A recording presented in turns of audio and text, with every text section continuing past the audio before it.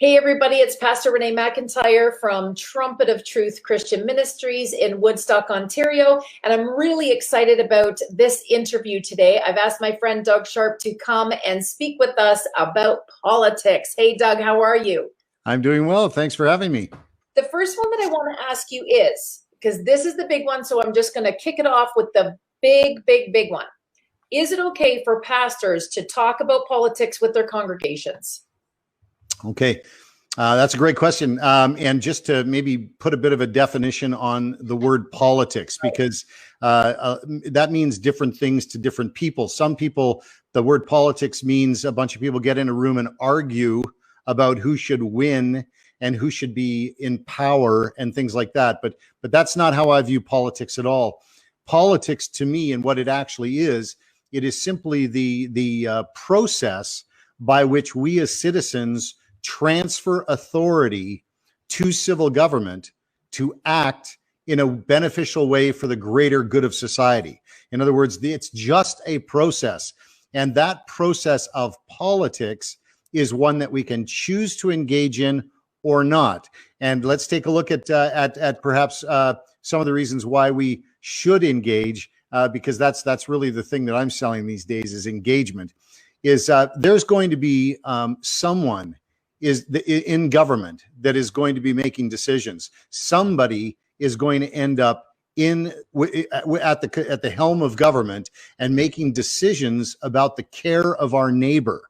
And we have great benefit in our Christian faith that we have a history of over 2,000 years now of being able to prove that we can provide positive health outcomes for people when the principles that we believe in are applied in the lives of our neighbors. So if there's going to be a conversation about the care of our neighbor and somebody's going to be making the decisions, and we choose not to engage in the processes of politics to become those people or to influence who those people are, then we're basically leaving all of those decisions up to somebody else about how they're going to care for our neighbor.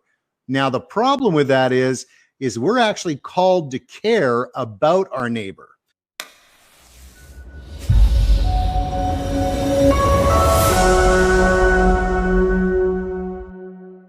Sharon, I really want to commend you to our nation and to our viewers. And we want to commend you to our pastors across the nation that if they can't have you, they could have you come this way and help disciple our nation right across the nation of Canada. This is question number one that came to me. How would you encourage young single adults to engage in being a voice with our society and government? Good question. That is a great question. The first thing I want to say is suggest that you first get straight in your own heart and your head. Answer the question, why? Why would I engage? What is it that's motivating me to engage in society, culture, and politics and government, wherever it is?